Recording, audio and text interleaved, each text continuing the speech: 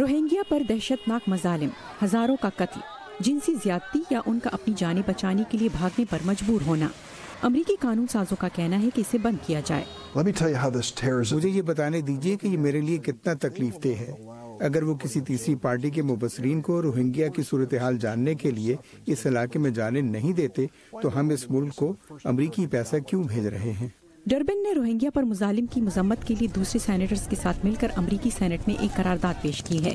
وہ کہتے ہیں کہ آنگ سان سوچی کو اس سلسلے میں اقدامات کرنے چاہیے، لیکن سینٹ میں اکثریتی رہنما مچ میکونل کا کہنا ہے کہ سوچی پر دباؤ بڑھانے میں بہت احتیاط سے کام لینے کی ضرورت ہے۔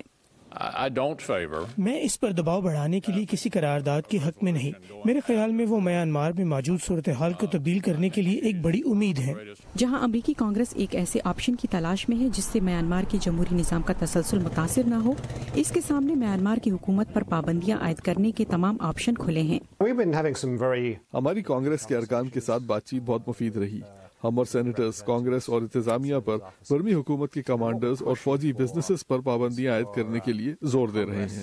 انٹرنیشنل کیمپین فار دی روہنگیاز سے منسلک سائمن بیلینس کی رائے میں امریکہ میں روہنگیاز کے معاملے پر سیاسی وابستگیوں سے ہٹ کر اتفاق رائے پایا جاتا ہے۔ امریکہ کی سب سے بڑی مسلم سول رائٹس آرگنائزیشن کا کہنا ہے کہ میانمار کی فوج کی فنڈنگ میں کمی لانا بہت ضروری ہے۔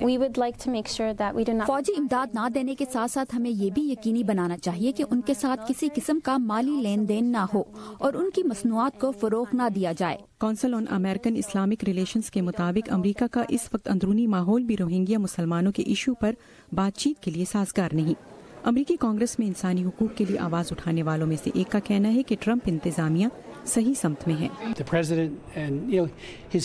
صدر اور ان کی ٹیم ریکس ٹیلرسن اس معاملے میں جو کچھ ہو رہا ہے سمجھ رہے ہیں اور ہمیں اس کی تائید کرنی چاہیے۔ اور دنیا اس وقت اس معاملے میں امریکہ کی قیادت کی طرف دیکھ رہی ہے۔